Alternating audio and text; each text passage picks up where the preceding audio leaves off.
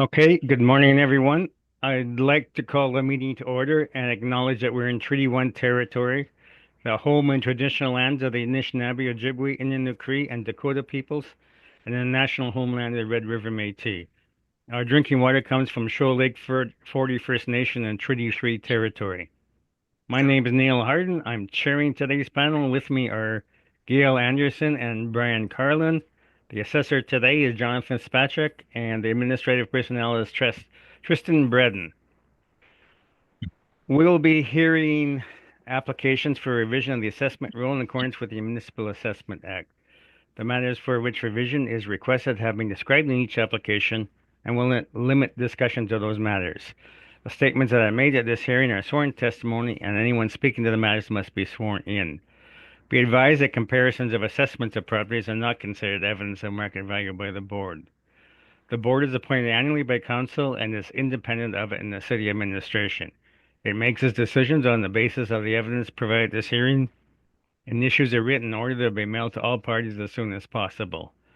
Please note that the board's decisions with respect to an application may be appealed to the Manitoba Municipal Board if the matter pertains to assessed value or classification, or to the Court of King's Bench if the matter pertains to the application of exemptions from taxation.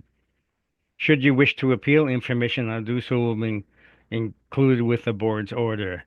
With respect to the hearing process, I will confirm the points of appeal with your property to be addressed with each applicant following the swearing in.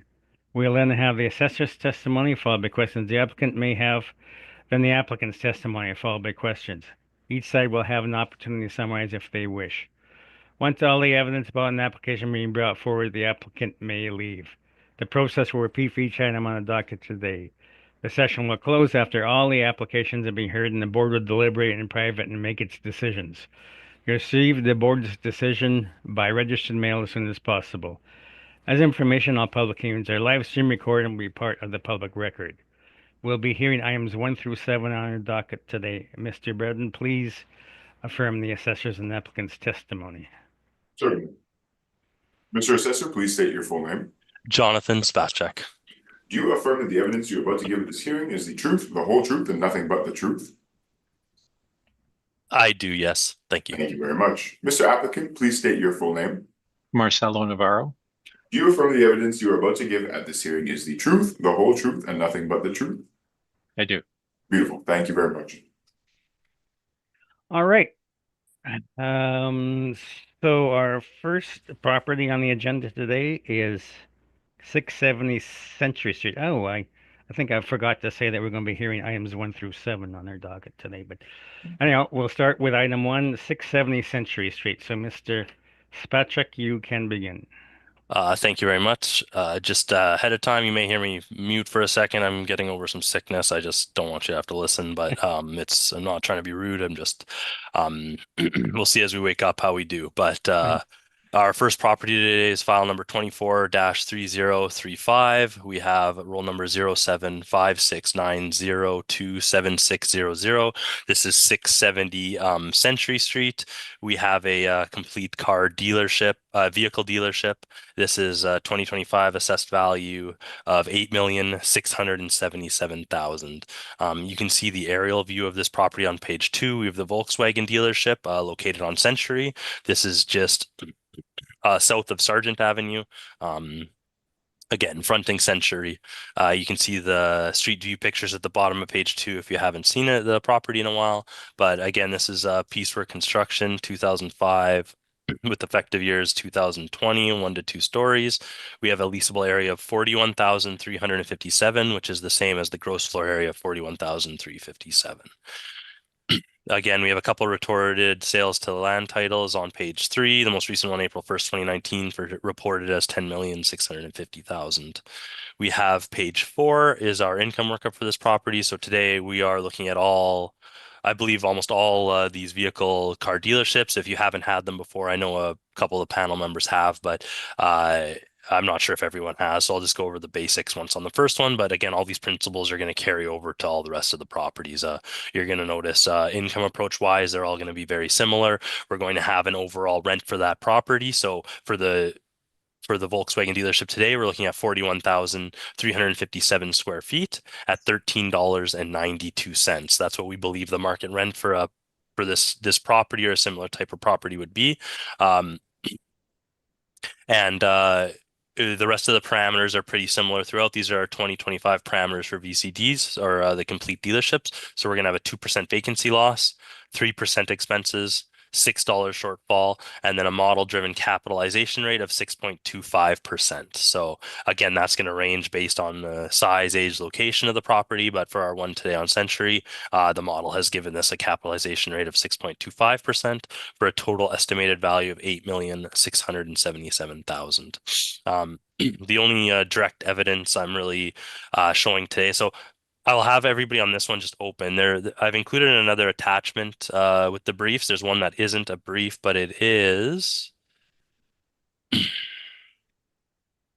the 2025 VCD comparables. Does everybody have that PDF Yes. as well? So yeah, if you just open that on a separate tab, you'll be able to reference the different sections I'm using per appeal based on the area it's located. So for example, if you turn to my actual brief now, page 5, we are using a range of retail warehouse comparables. So this is comparables 14 through 26 from the master sheet, but I've taken a screenshot as this is the most comparable based on the location of Century. This is you'll see this is a wide range of retail warehouses along St. James and Empress and Ellis, that Polo Park area where our dealership's located. And on my master sheet, you're going to see a range of these in different areas of the city based on trying to show what comparable large retail warehouses goes for, where large conglomeration of dealerships are located around the city. For this one, again, the Polo Park area. As for those who don't know, there are no net rents for car dealerships. So usually we would love to bring in a bunch of other dealerships, but they're all owner occupied. They all have book rents that they rent to themselves for their financial purposes, and so we don't actually have any true net rents. So what we've done over the past cycles, and I've done this every cycle myself, is we have, in my opinion, the next best thing, large retail warehouses. So these are properties such as Ashley's Furniture, Michael's, Petland, Best Buy, Old Navy, Save on Foods, Marshalls, Mark's Work Warehouse, similar types of properties like that. So these large retail warehouses that we're saying are, somewhat similar to these large square footages of dealerships in the same sort of area of the city. So you'll see for at least the ones I'm providing on page 5 and the other ones I provide today, you'll see is the same principle, but we have a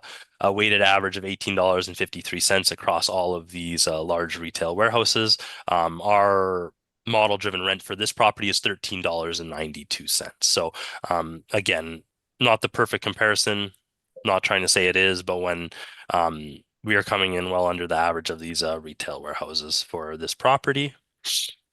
If you turn to page 7, it's not super helpful in our case today. We have a capitalization rate chart, but there's no study done by any of the, large groups such as Colliers, CBRE, or Cushman and Wakefield that go over vehicle dealerships. So you're not going to be able to find a column in there. These are just purely model-driven cap rates. And we don't have anything to show you to properly compare them to, as there's, again, no sales with actual net rents in place to be able to derive a cap rate to show you for direct comparison today. I've also included on all of our briefs today, at the end of the briefs, is the mailers for the property. So in this case, page 9, I've included the mailer put in by the owner. They have put in a rent income, but again, if you look, it's fully owner occupied. You'll notice the same story all day today, where they have a net or a book rent in place, and they're claiming this rental income, but again, we have no expenses being shown. Property taxes, not any great information to help us today, but those are included. So again, from start to finish, you'll see these are they're going to be pretty similar briefs, but if you have any questions, this is the first one. Thank you. Okay, questions, Mr. Navarro?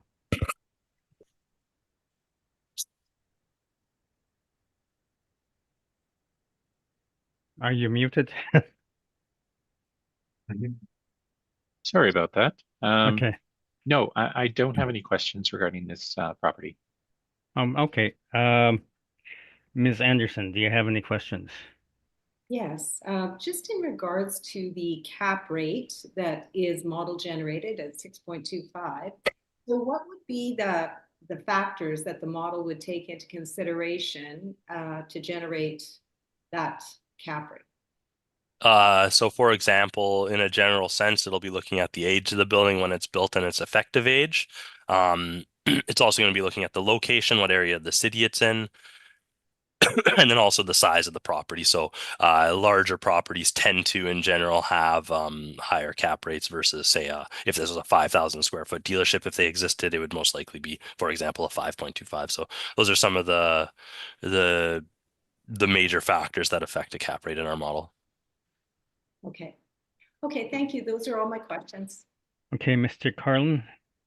I just had one question. Obviously, we see a sale April 1st, 2019. The actual builds go to 2020. So was there more construction after that sale, or do we know this? That's a good question. I don't have it in front of me. I believe I looked up the permits, but there was a small building erected, but 2022, 2020, there was a building construction added. I had notes, I can't find it, but yeah, there was after the sale some um new two-story 187 square meter addition to existing auto dealership, but that was all I could find on it. But yeah, there was a small addition put in after the sale. Perfect. Thank you very much. No other questions. Okay, with regard to the sale, was there a business interest in that sale? What did they sell the dealership or did they just sell the building? I can only say from what I could find, it's just what was put through at land titles. I don't know what was included in it. I don't know what they're allowed to include in a sale like that. I can't speak for certain. Okay. Now in terms of the rental areas, these full service dealerships usually have a repair shop and maybe a body shop and that. How do you account for that in the rental rates? So we have it pucked for this one as a vehicle dealership.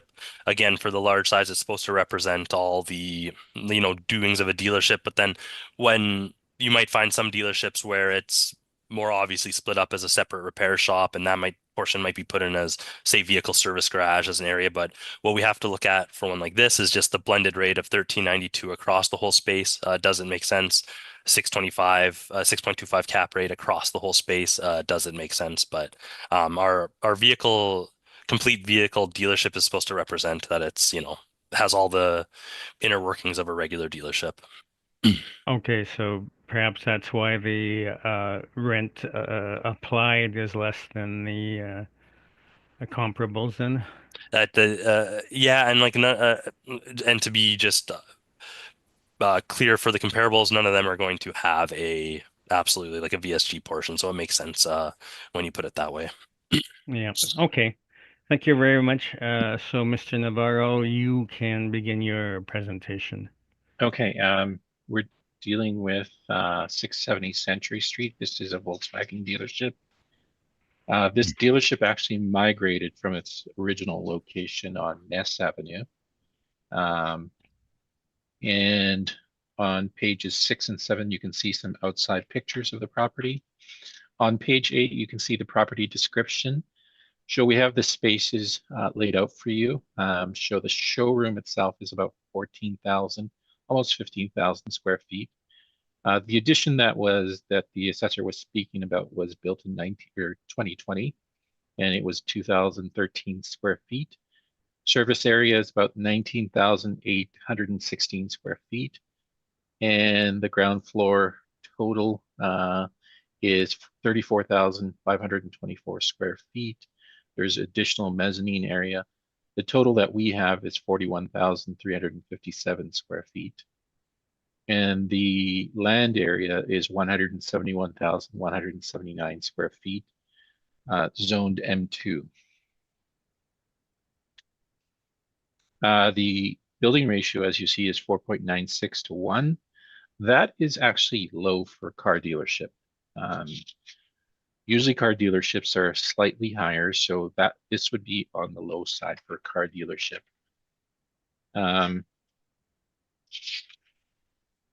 In terms of the approach that we're taking the income approach. You can turn to page 12. You can see the set of comparables that we chose. Mr. Spacek is correct. It's really it's a bit of a game trying to find out what type of rent to apply to this type of building based on its uses, because there are different components to it. There's an office component to it. There's a warehouse component to it. And there are some auto use components to it, which some people think are more industrial related. Overall, we try and put a rent that encompasses all of those different uses within the same building. So we've come to a rent of $15. It's not much different than the assessor's rent. Vacancy of 2%, shortfall rate of $6, and non-recovered expenses of 3%. Now, in terms of the capitalization rate information, that's on page 13. So because this is essentially a retail type of outfit where services and products are being sold, we consider this a retail property, and we're following the capitalization rate information that we use for retail properties. As you can see in this submission, I believe we also handed in our retail cap study. The chart that you see there comes out of that cap study. There are 3 retail classes that we stratify: retail, top quality, standard quality, and low quality. And then there is some additional information regarding vehicle sales themselves. So one of the important things about vehicle sales is that they include an aspect of them that's called blue sky, and that is, as you can read it right there, it's an intangible asset attributable to earnings capacity, reputation, franchises, location, demographics, and other factors. It's hard to separate that out from a sale. So often the sales of car dealerships need to be scrutinized very carefully, because you can have you can have 2 identical dealerships right beside each other, except one will be a name brand and one will be Jake's Auto Sales, and you know that they will sell differently in the marketplace. And that's essentially pointing out the issue of blue sky. So in terms of the cap rate that we chose, we went with 7.25. However, I've adjusted that down to 6.75. And in previous car dealership appeals that we've had, in general, we've only wandered within that top quality class.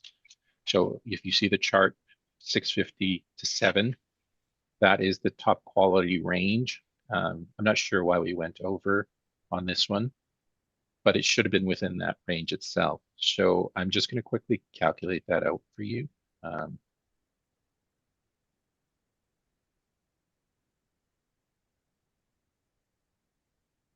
So that works out to $8,080,488. So $8,080,488. And that would be rounded down to $8,080,000. Are you sure about that? Let's see. I know you have your spreadsheet ready there, so I'm going to calculate Yeah. that out again. 545,433 divided by. I get 8,080,488 again. Yeah, let me look. Okay,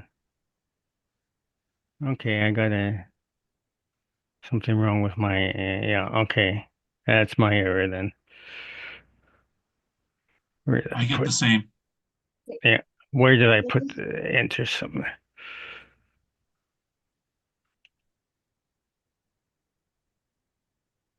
Oh, you got $14. Ah, I see. That's where my error is. Okay. No, sorry, 14. Yep. Now I get Sorry. the same answer. Yeah. In your text, did you not say 15? 15, yeah. Yeah. No. Okay. That's where I got the 15 from. All right. Okay. So the remainder of it is just the submission by the owner showing that they are compliant. And that's it. I'm open for questions. Okay. Questions, Mr. Spacek? I have no questions. Thank you. Okay, Mr. Carlin, No questions. Thank you. Ms. Anderson. And I have no questions, thank you. Okay, and I've got no questions either, so thank you very much for that property. We will move to Fort Garry, I guess, wherever that Crescentwood, 222 Pembina. All right, thank you, Mr. Chair. We're looking at file number 24-2058. We have roll number 1209 7804300. Address 222 Pembina Highway. We have a 2025 assessed value of 1,731,000. And you'll see this story continue today. We have a complete auto dealership. This is a one-story, smaller one located at the corner of Jesse and Pembina. Again, we are going south from Confusion Corner, and there's a group of related auto bodies here over some different buildings we're in here. But this one itself is the Ram dealership. You can see on the bottom of page 2 the street view and then the above view of where exactly it is. If we turn to page 3, you'll see another sale, March 18th, 2018 for 8,735,000. This is a multi-roll sale. This includes a couple dealerships, a parcel of land. So again, it's a multi-roll sale. We have, if you go down to page 5, it is the income workup for this property. So we have 7,000 square feet. The model generates a $15.21 rental rate for this property, 2% vacancy, 3% expenses, $6 shortfall, and a 5.8% cap rate. So again, due to its small size, it's going to drop the cap rate in general. And again, that's why you're looking at a 5.8% cap rate versus something like a 6+% cap rate on the last property. And if you scroll up now, it's a different order on this one, but page 4 is the rental comparables. So you'll see we now have a range of big box or retail warehouses along Pembina and down the street on Grant. So again, this is to represent that Pembina area where we are. Again, a little farther down Pembina from 222 and then 1080 Grant. These are a range of retail warehouses such as Salvation Army Thrift Store, Dollar Tree, Toys R Us, Dollarama, Petland, Save on Food, Shoppers Drug Mart, Good Life Fitness, Winners, McNally Robinson, Manitoba Liquor and Lotteries, Good Life Fitness. So just to give you an idea of what we're comparing it to here, you can see the range of comparables for this section of the city for retail warehouses. The weighted average, the average comes up to 1966, and the weighted average 1927. If we scroll down to, again, I've just showed the mailer that's included. That shows really no helpful information, but the owner has complied and sent in the mailer. This property was built in 1977 and has an effective year of 1981. So it's a little older on our range of dealerships. I believe that's the pertinent information from the model. If you have any questions, please let me know. Okay, questions, Mr. Navarro? Yes, I do have some questions. Do you think that the model is producing a lower cap rate because of the size of the property? I would, if I had to, yeah, I would agree that the most likely factor leading to a lower cap rate, especially compared to our last one, is I tend to see the smaller properties square footage wise compared to a larger one will have a lower cap rate. Okay. And You also said that this is a full service dealership. Are you sure about that? Well, it's what our puck is. So VCD Okay, is a okay, vehicle got it. dealership. Got it. Okay, those are my questions. Thank you. Okay, Ms. Anderson, questions? No, my question was asked and answered. Thank you. Okay, Mr. Carlin? Nope, no questions, thank you. Okay, so you can proceed, Mr. Navarro. Okay. This is 222 Pembina Highway. This is a small building. We have an effective age of 1977 on this. But I believe the assessor has a 1981 effective age. It's not going to make much of a difference. On page 6 and 7, you can see the outside pictures of this property and side views. You can see on page 9, though, that we do know what happens in this location. So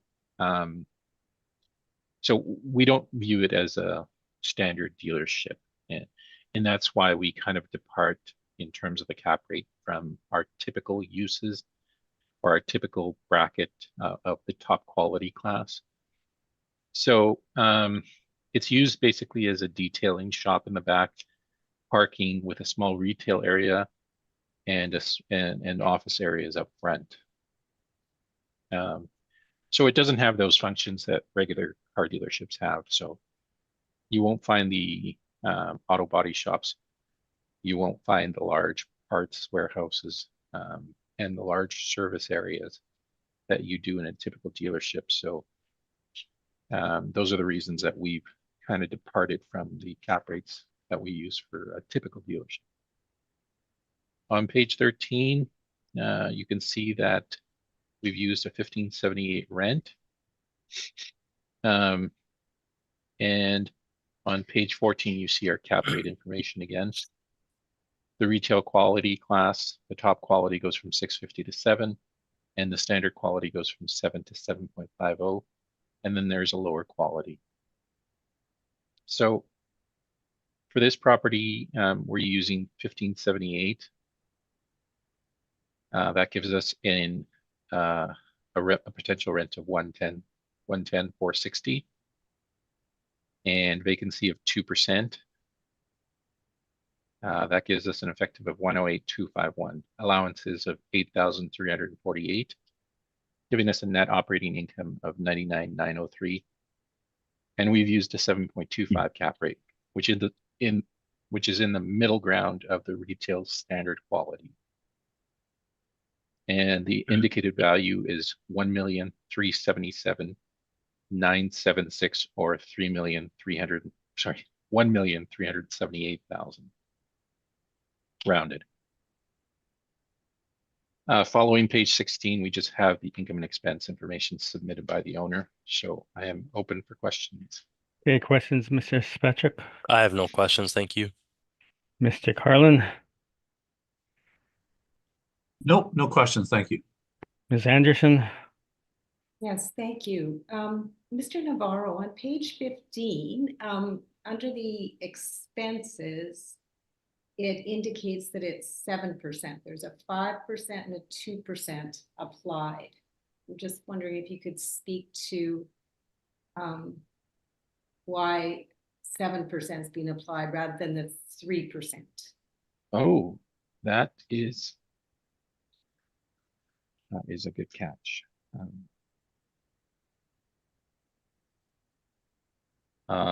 I believe that is a holdover from the previous cycle. So yeah, we I were think using so, it. because earlier in the submission, Yeah. it indicated 3. So I don't know if you So can just redo I- the calculation. Absolutely, I can redo the calculation. So if you bear with me for a couple of minutes.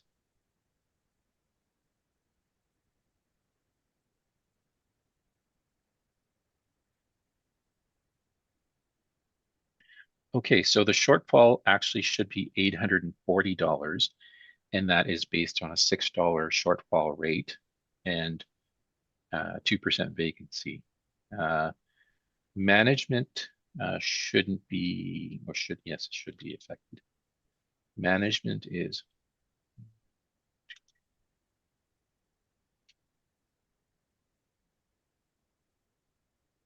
management is 1,082.51, so 1,083.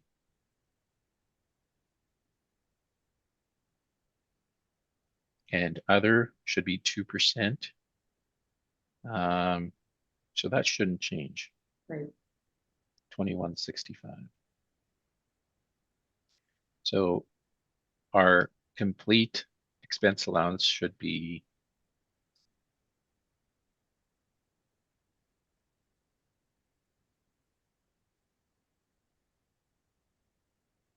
$4,088. So if we take that away from the effective market income,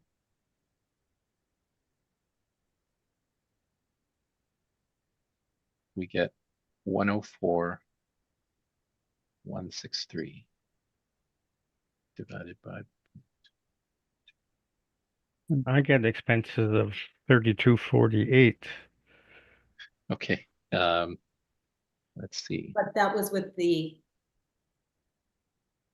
shortfall added is 4,088, right? Yeah, Yeah. so the shortfall is changes to 840. That's based on $6, not Okay. $5.50. So You're it's you're six. adding the shortfall in with the other Yeah. expenses and yeah, okay. Yeah. Okay, yeah, I see that now, yeah. Okay, So your NOI is 104,163 now? 104,163. Yeah, okay. Okay, divided by. So we get $1,436,731, or 1,437,000 rounded.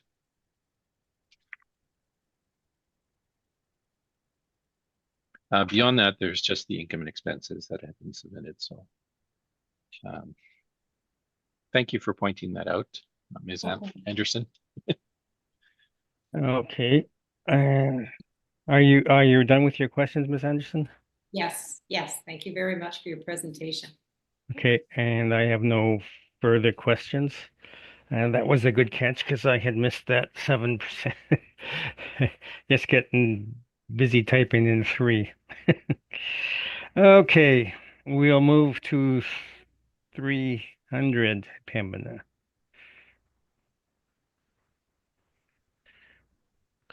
Thank you, Mr. Chair. We're at file number 24-2059. We're roll number 12097804285, address 300 Pembina Highway, 2025, assessed value of 5,997,000. We have a next portion of this dealership that is again just slightly down the street. We have actual years built of 1963 to 1999 with an effective year overall of 1976. You'll see we have a total leasable area across a few buildings of 34,452. And if you turn to page 2, you can see what I'm talking about here. So we have the dealership portion at the front. You can see the street view to give you a better idea of what you're looking at. But again, at the last one was the Ram, and then we're looking at the Murray with some, you have some Jeeps in front there. And some Dodge and Chrysler. You can see at the back of the property, there's a smaller square building. That's the collision center. I have a picture of that on page 3. So you can see this is a blend of the dealership portion and then the Murray Collision Center at the back. And there's a picture of that at the bottom of page 3. Again, the same multi-role sale on page 4 as this is part of that. And then on page 5, we have the same comparables being used as this the same area. And then on page 6, you'll see the workup for this property. You'll see 34,452 square feet is at $12.67 model driven. So we have a lower rent over that large size. And again, that's a combination of the age of the building and the size of the building. We have a vacancy loss again of 2%, expenses 3%, shortfall $6. And this size and age of property is garnering a capitalization rate of 6.85%. That is how we get the total value of 5,997,000. I've also included the same mailer being sent on page 10 and 11 for the property. But again, nothing really to help us out for this file. So that is my presentation. If you have any questions, please let me know. Okay, questions, Mr. Navarro? No, I don't have any questions. Thank you. Okay, Mr. Carlin, Nope, no questions, thank you. Ms. Anderson. No, I have no questions. Thank you. Okay, so your presentation, Mr. Navarro. Okay. So this is Murray Chevrolet. No, Murray Dodge, I believe. And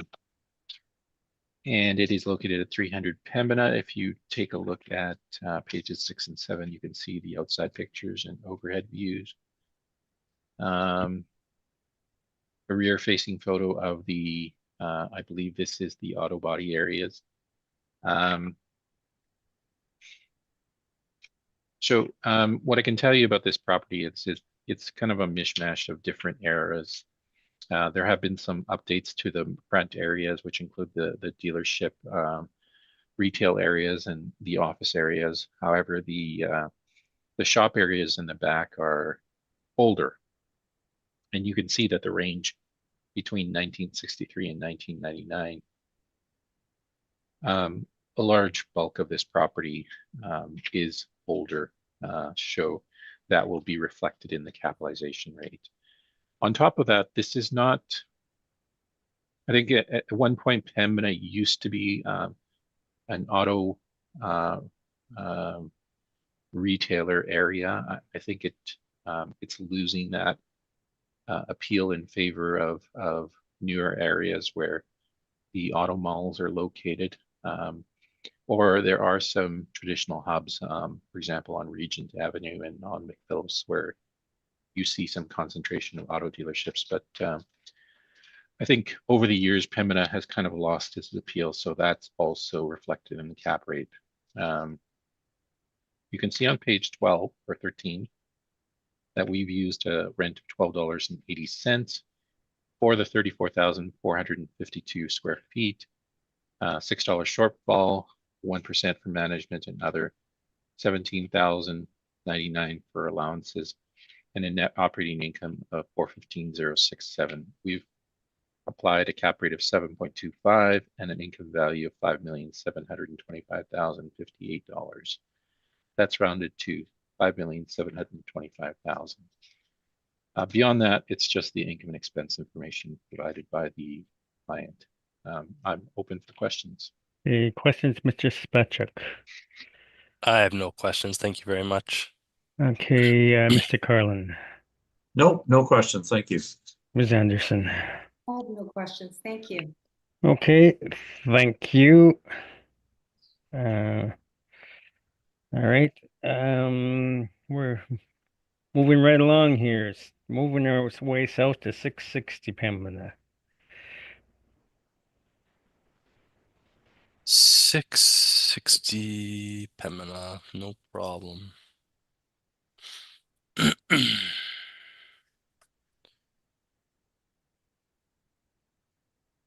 Another Okay, Volkswagen dealership. we are at file number 24-1753.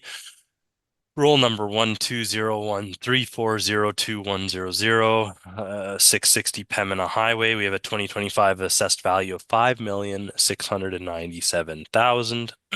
This was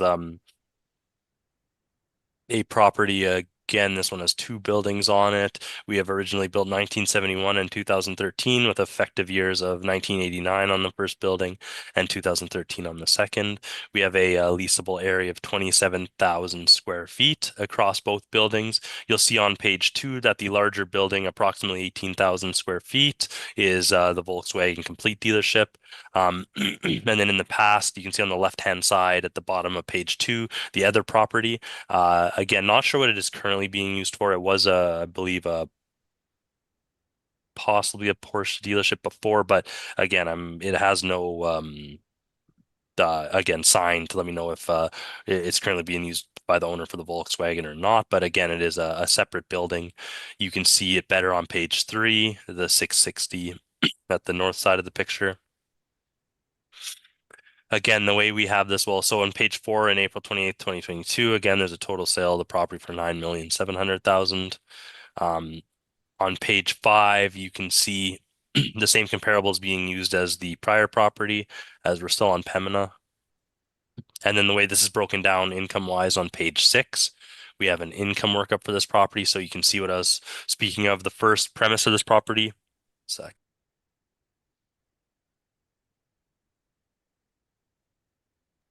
The first premise of this property is 18,765 square feet. So that's that main Volkswagen dealership portion. It's at $14.42 a square foot. And then we have the second building broken up into 2 premises because part of it is storage mezzanine. So it's more mezz space, that 5,373 square feet at $11.49. And then we have a standard finish for 2,862 square feet in the property. And again, due to its 2013 build, you're getting a higher rent of $19.08 a square foot. I will do the calculation because I usually do it. Usually have it in here. But the blended rate for both buildings, sorry. 1433. Okay, so that's easy for me. $14.33 across the whole of the buildings to give you a better idea of the blended rate. And then we have our standard 2025 parameters, 2% vacancy, 3% expenses, $6 shortfall. And then again, a blended cap rate across both buildings. All that square footage is at $6.4%. We're looking at a 6.4% cap rate, model driven, to give us a total value of 5,697 square feet. And again, mailer sent in, but no important information on there for us. If you have any questions on these 2 buildings, please let me know. Thank you. Okay, questions, Mr. Navarro. I'm good. Thank you, Mr. Chair. Okay, Ms. Anderson, questions. Yes, thank you very much. Just a question about the sale. Can you give us some background on that sale? I can't give you, I could not find any great information on the details other than it included everything in this roll number. I don't, again, for the business talk of what's included in land titles, I could find no details. No mailer was sent in to confirm for that sale. Thank you. That's my only question. Okay, Mr. Carlin. Just a question to clarify. So when you look under property description and it says 4 buildings, and I think your photo shows 2, right? Yeah. So it's just the way I can assure you there's not 4 buildings, but the way it's been built over the years, I believe, especially the dealership, if you look at the top view of it, there's been some piecework construction in there, which affects which affects the way we have it in our system. So although it's not 4 like separate buildings, it may have just been built out, and as we updated it, it added buildings when we know it's just 2 main buildings right now. Yeah, so that's probably used to get your actual year and effective years built. Yeah, like as it's added over time, it can come up that way for a building that's had additions to it, etc. No, perfect. Thank you. No other questions. All right, thank you. So I have no questions so Mr. Navarro, you can begin. Okay, so this is 660 Pembina, and as you said, this is the second VW dealership in the city.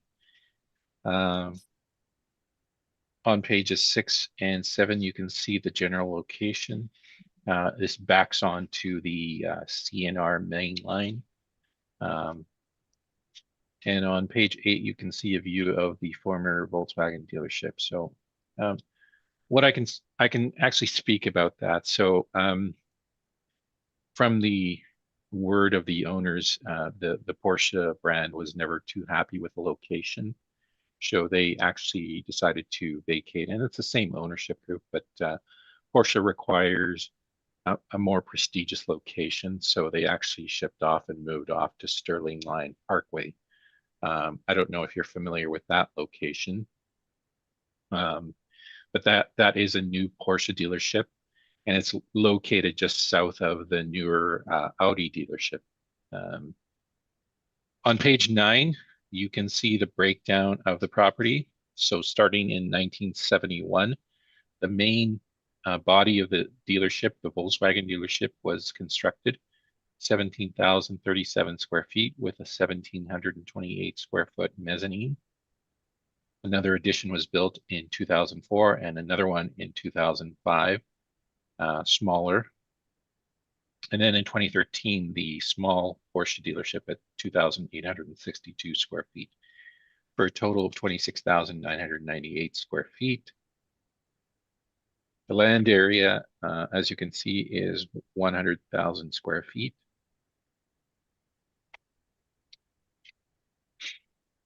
On page 13, you can see the rent that we've chosen for this property. We've gone for a $14 rent for both the main body of the dealership and for the former Porsche dealership. And again, there's two mezzanines in here, so we've gone for $7 per square foot, essentially half of what the main floor would be. I'll ask you to turn to page 15. There we can see the summary. So when you break those together, it comes out to $13.40 per square foot.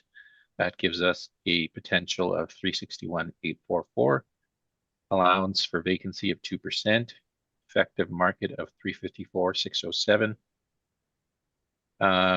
expense allowances of 13,878, and a net operating income of 340,729, and an income value of 4,867,559, or 4,868 rounded.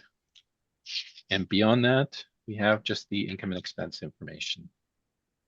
And I'm open for questions. Any questions, Mr. Spacek? I have no questions. Thank you very much. Mr. Carlin, No questions. Thank you. Ms. Anderson. I have no questions. Thank you. Okay, it seems that the main difference, I mean, there's a bit of a difference in cap rate, but also, I guess a difference of about $1 in the rental values. Can you explain why you used the values that you did in a little bit more detail? Sure.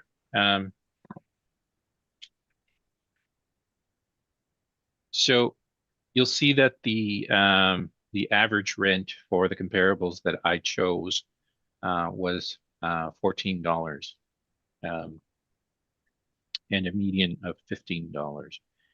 So as mentioned before, it's difficult trying to come up with a rent for this type of facility because there are no rents. So essentially we're taking from properties that are specifically retail oriented. They don't have those other features. They don't have a large warehouse area. Some may, but most don't have that large industrial component, which is the auto use component that most car dealerships, full service car dealerships have. This one doesn't have that. Sorry, this one does have that. So we account for some degradation, we take something off of the rent. However, in this case, we came up with an average of $14. Essentially, that's what we used in this case. Now, for the mezzanine areas, well, the mezzanine areas offer less in terms of functional use. And realistically, you wouldn't have a situation where you can rent the mezzanine areas. So in some ways, it's kind of a fruitless exercise to try and put a rent on a mezzanine area when it belongs to the same property. However, in the end, the blended rent of $13.40, we're comfortable with it simply because we don't think this is as great a location as, say, some of the other properties that we've looked at in the past. I know that you haven't been on them. Ms. Anderson may have been on them, I believe. For example, the high-end dealerships that we've looked at in the past, for example, specifically the the Porsche and the Audi dealerships on Sterling Lion, we were above $20 per square foot on those. And that's reflective of the area, even for retail locations in those areas, because that area is now viewed as more prestigious. You're going to get higher rents. Pembina, especially this part of Pembina, you're stretching it. I think rents in this particular area tend to be lower in general. So that's what we're reflecting. You can note that in our previous property, I think we may have been around $15. So the rents in this area are going to be lower. I hope that answers your question. Okay, no, that gives us material to consider. All right, thank you.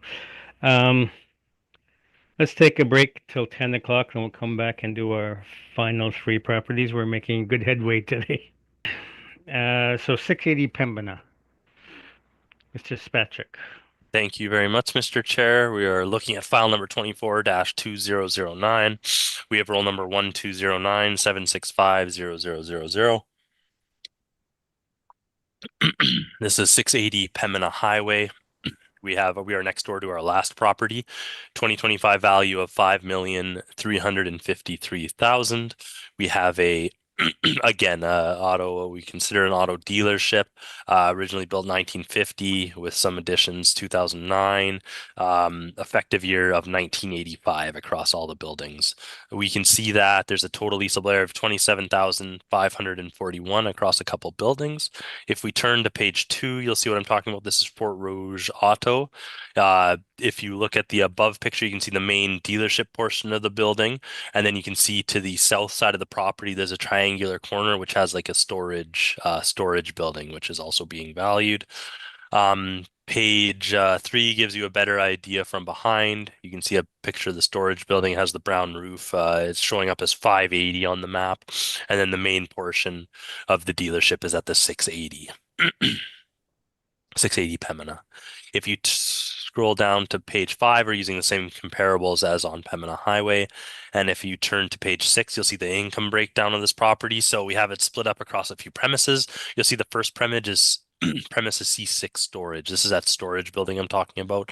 It's 4,971 square feet at $8.50. And then we have the actual main dealership building is broken up into two premises, originally built 15,420 square feet with also 7,150 square feet. These are two rental rates of $1,550 for the 7,000 square foot portion and $1,440 for the 15,000 square foot portion. So across all these buildings, we have a standard vacancy loss of 2%, expenses of 3%, and a shortfall $6, and overall capitalization rate of 6.6%. This gives us a total income value of $5,353,000 for 2025. And again, the mailer has been sent in. You can see total leasable area is approximately 27,000 square feet, which matches what we have across both buildings. And if you have any questions, please let me know. Thank you. Okay, questions, Mr. Navarro.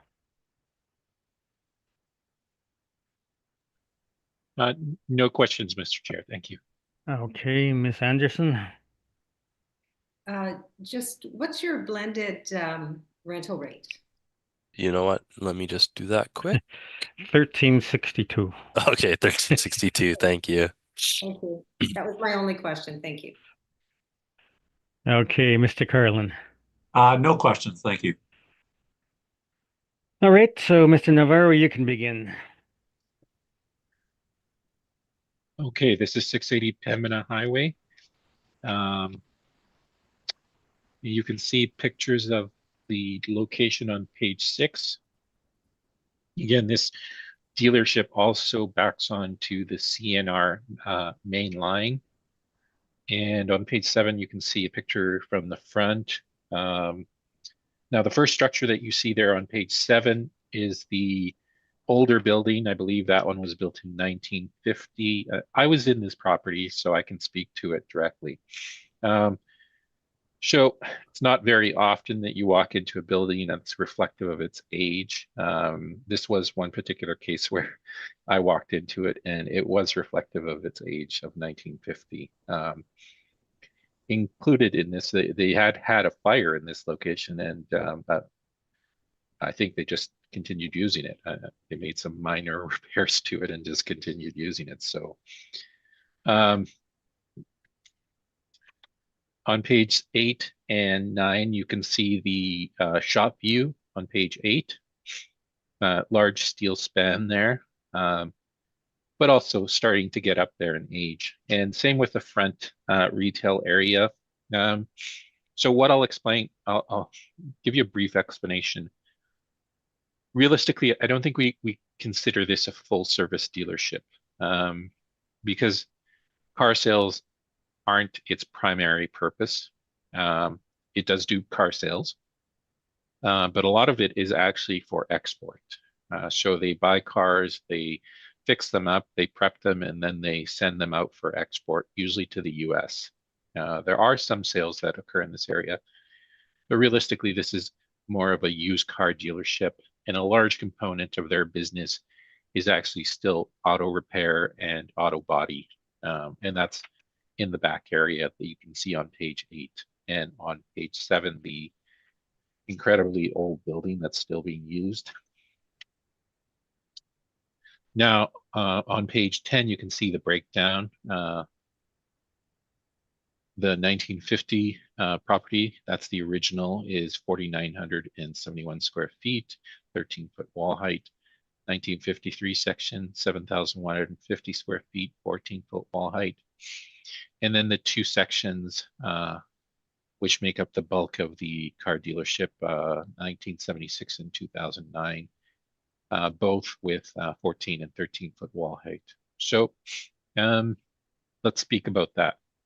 So you have varying ages for this property. Clearly showing the pictures, the pictures are showing the age of the property and the lack of functional use of the property compared to modern car dealerships where you have large flex type warehouse buildings that are being used for auto uses with incredibly high wall heights, anywhere from 20 to 30 feet. This is well below that. So in no way, I think, can this be compared to a modern car dealership.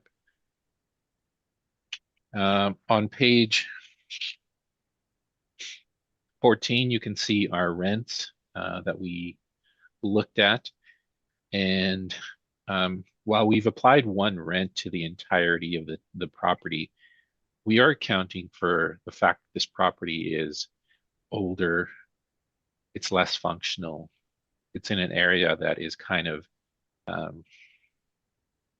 not the hub it was, maybe 30 years ago in terms of car sales. And, it's also not really a new car dealership. It's not a branded dealership. It doesn't do that high-end, high-volume sale that you would see in actual car dealerships. So we've reflected that in the rent. Now, in the on page 16, you can see the summary of it. So we've elected for an overall rent of $1,150, $316,722, 2% vacancy allowance. Oh God, I'm gonna have to go through this calculation. Oh no, I did it correctly. Effective market of 310,387, expense allowance of 12,617, and a net operating income of 297,771, and a cap rate of 7.50. Now, the cap rate is in your retail standard quality at the high end. What I can say about that is that, again, all of those aspects, we did some adjustments on the rent, but this is it's not like any of the other dealerships that we've looked at so far. So We don't think it would be at the high end, top quality, and even for the standard quality, it would be on the higher side, not the lower side. So we're requesting a rounded value of $3,970,000. And that's my presentation. I'm open for questions. Okay, questions, Mr. I Spacek? have no questions, thank you. Okay, Mr. Carlin? I just had one. Just when you go back to the photos, I'm just scrolling back. Photos on page 7, the bottom one. That's the outbuilding, right? Yeah, that's the so on page 6, you can kind of catch it at the very bottom near the railway line. It's on Oh, yeah. kind of the, yeah, that's the building itself. With the brown roof there. Yeah, yeah. And Okay. that's actually the original building, built in Okay. 1950. Okay. So, and that's the one that I spoke about, kind of walking back into 1950, and yeah. Perfect. That's my only question. Thank you. Okay, Ms. Anderson?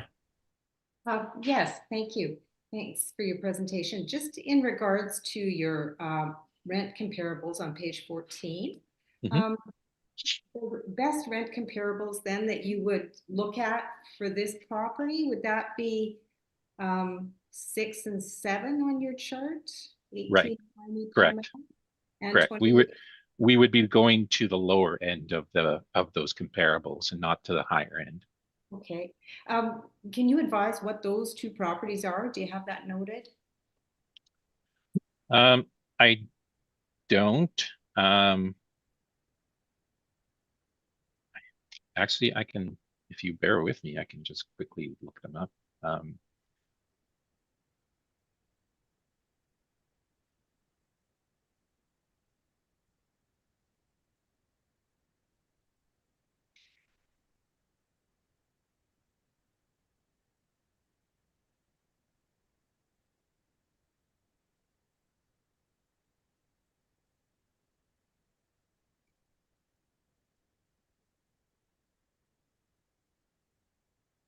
And both of those properties have a newer effective age too, right? I know. Yes. Yeah. Yes. So I'm just interested in Yeah. So I don't know if you're familiar with the Kirkbridge Dalhousie area of Pembina Highway.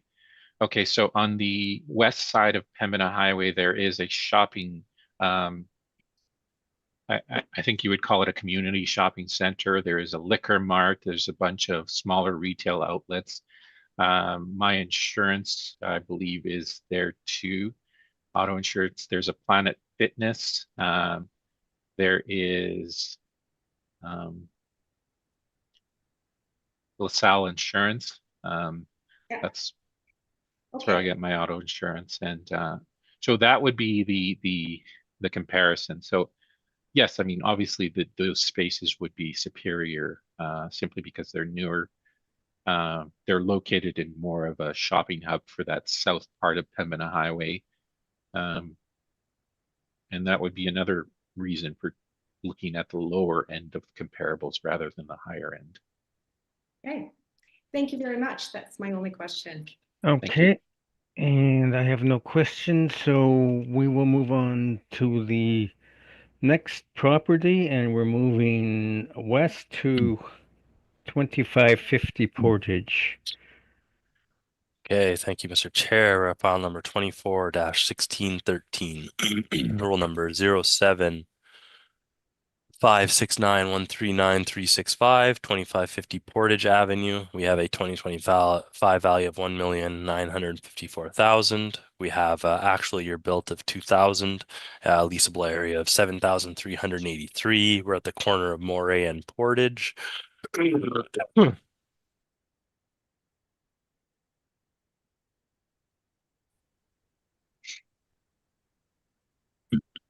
If you look at the top of page 2, you'll see we have a part source. So this was recently as of this cycle. This was in the past, just for some history. There's a dealership if you look at the left side of the picture at the corner of Moray and Portage, this part source and that dealership were on one roll number. They were valued, as two buildings on one roll number. It has been split into separate rolls, so this part source is its own roll number now, and so that's why it's on this. It was pucked as a dealership, from my understanding, like labeled as a overall, so it's showing up on this docket. But in the future, I believe it will be part of the retail section. So this is, our comparables we use are of retail warehouses. This is what we are considered more of a retail warehouse. But it is, from my understanding, the owner, it is a there's a land lease in place. This building was built and the part source is there. So we're looking at the value of just the part source today, but just the history on how this ended up on this docket. I've included rent comparables on page 4. Again, these are retail warehouses. You see on the west end of Portage, there are some retail warehouses.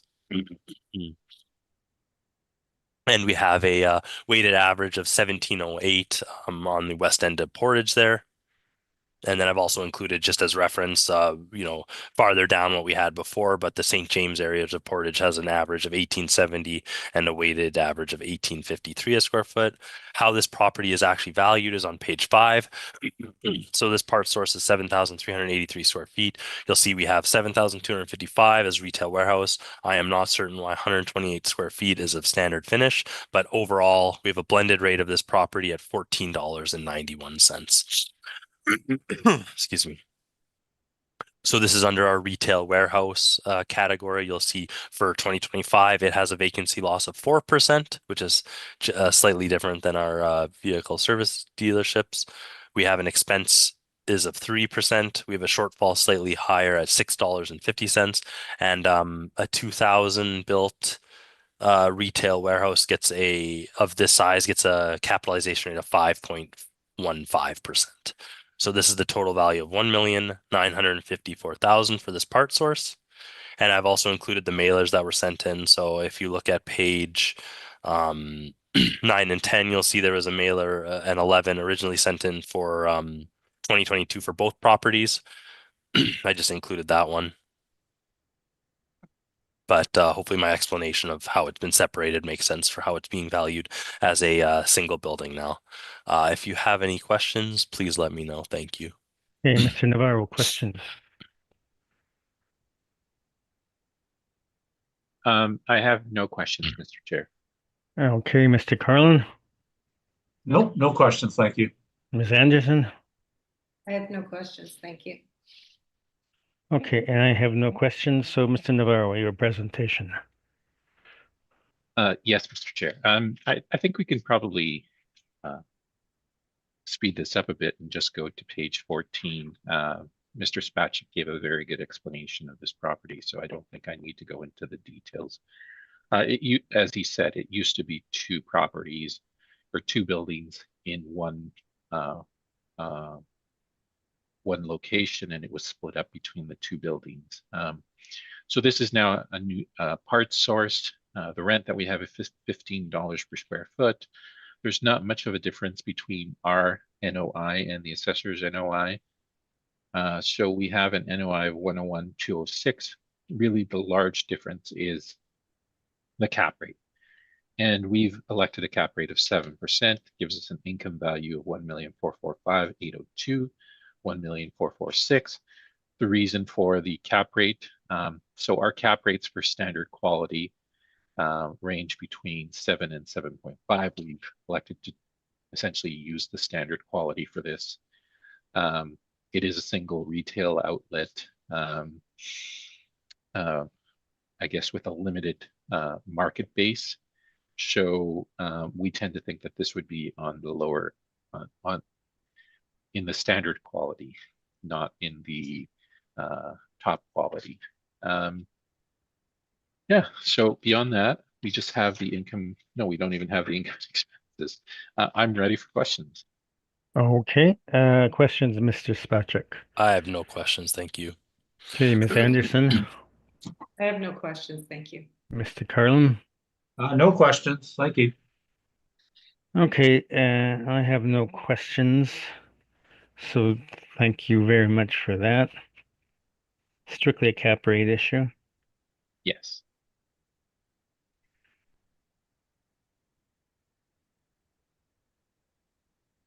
All right, and our last property today is 3081 Portage.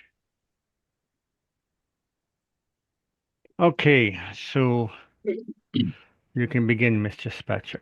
Thank you, Mr. Chair. We're at file number 24-2605, roll number 07432620200. We are still at the west end of Portage at 3081 Portage. We have a 1965 built dealership. And it has come to my attention that this assessed value is different from my income workup. So today I'm actually asking for a reduction to 6,450,000. This will be, if you want to take note of that, this is the income workup on page 7 for the value of the building at 6,059,000 plus the additional land value of 391. That estimated value will add up to 6,450,000. Again, let me get back to the first page here. We have a 1965 built dealership. We have a leasable area of 31,568,000. And the one hitch or difference in this one is we are adding some additional land value. I will get over that when we get to it.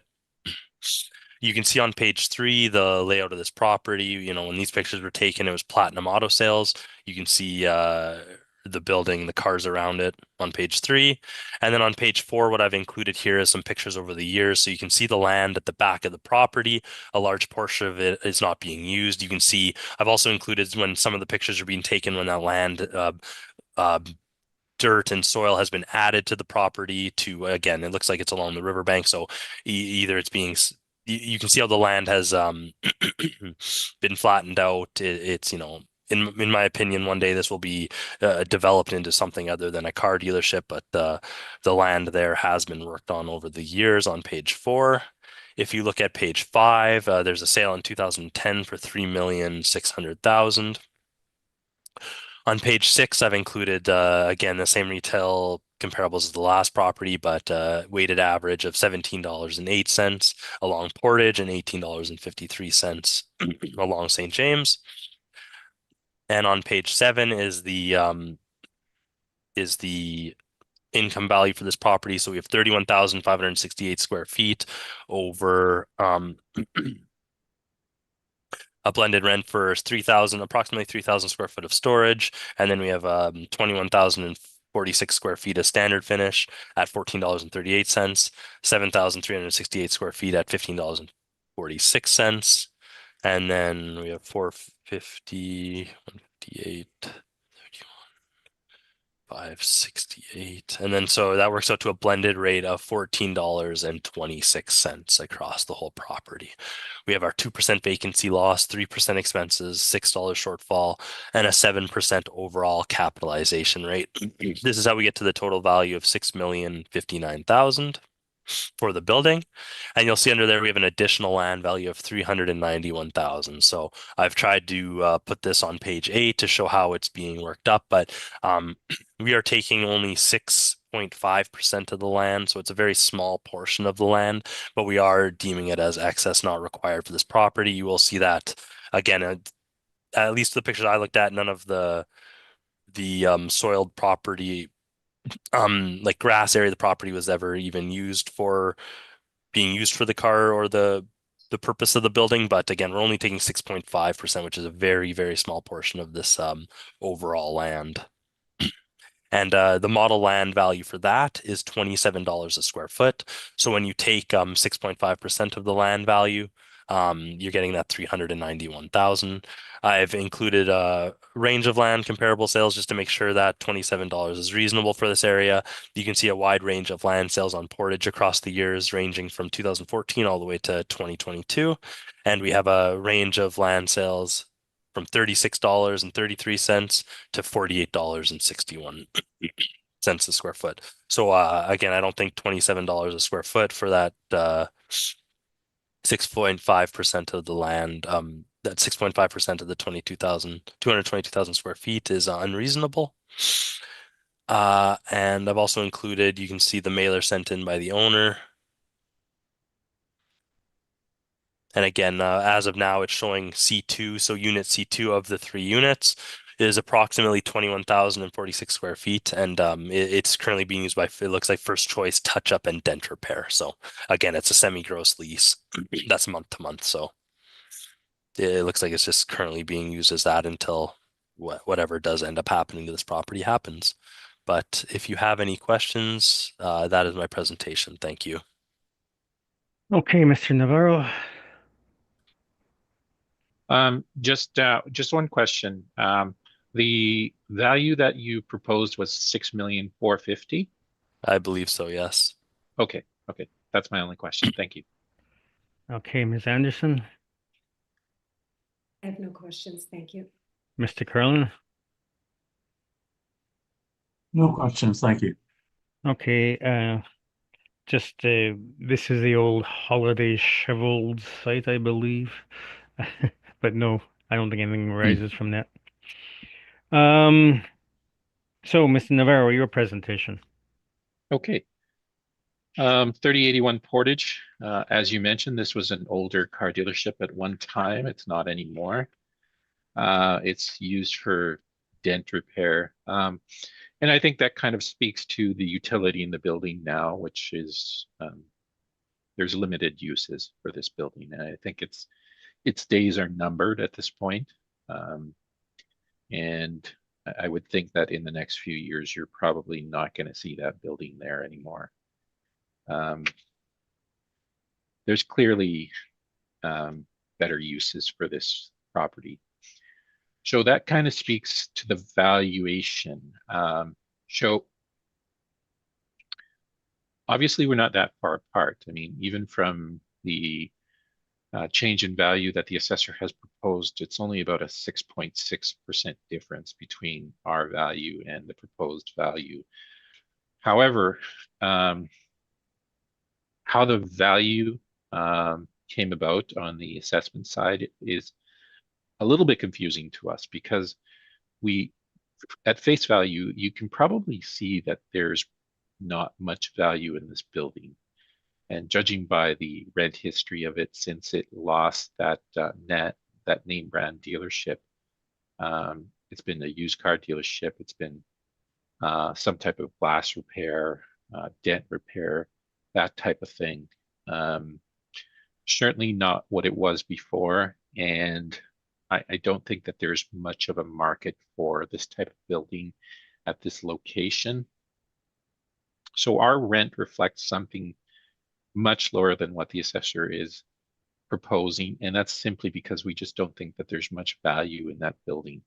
So we've assigned an $8.50 rent to that. That's obviously on the lower side of our rent comparables.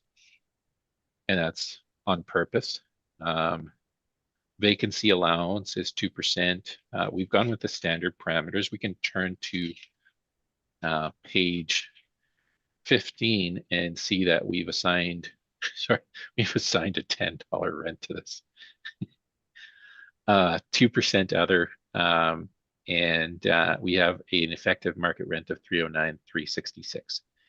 So disregard what I said about the $8 and some rent.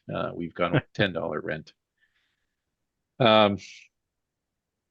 And for the shortfall non-recoverables, those are the same as the cities. So we have 13,069 in terms of an expense allowance, operating income of 296,297, and an income value for the building of 3,950,630. This is where we depart from the city.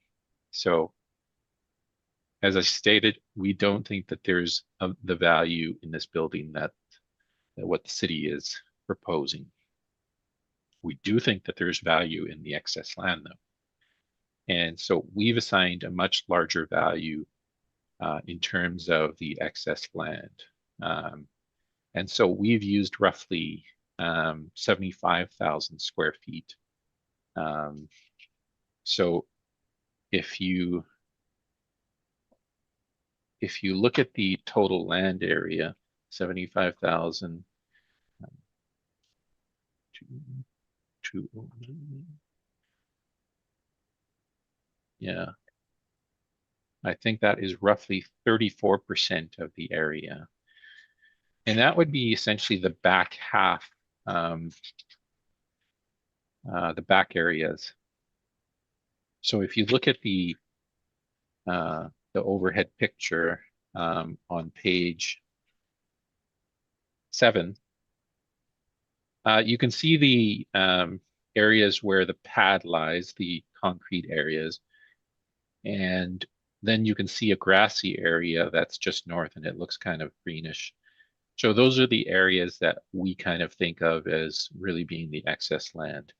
So the areas that are kind of filled with cement or concrete, those areas would be specific to the building itself. All the other areas would be excess land. So we're basically saying that, look, there is a much larger value to the land component than what the city is saying.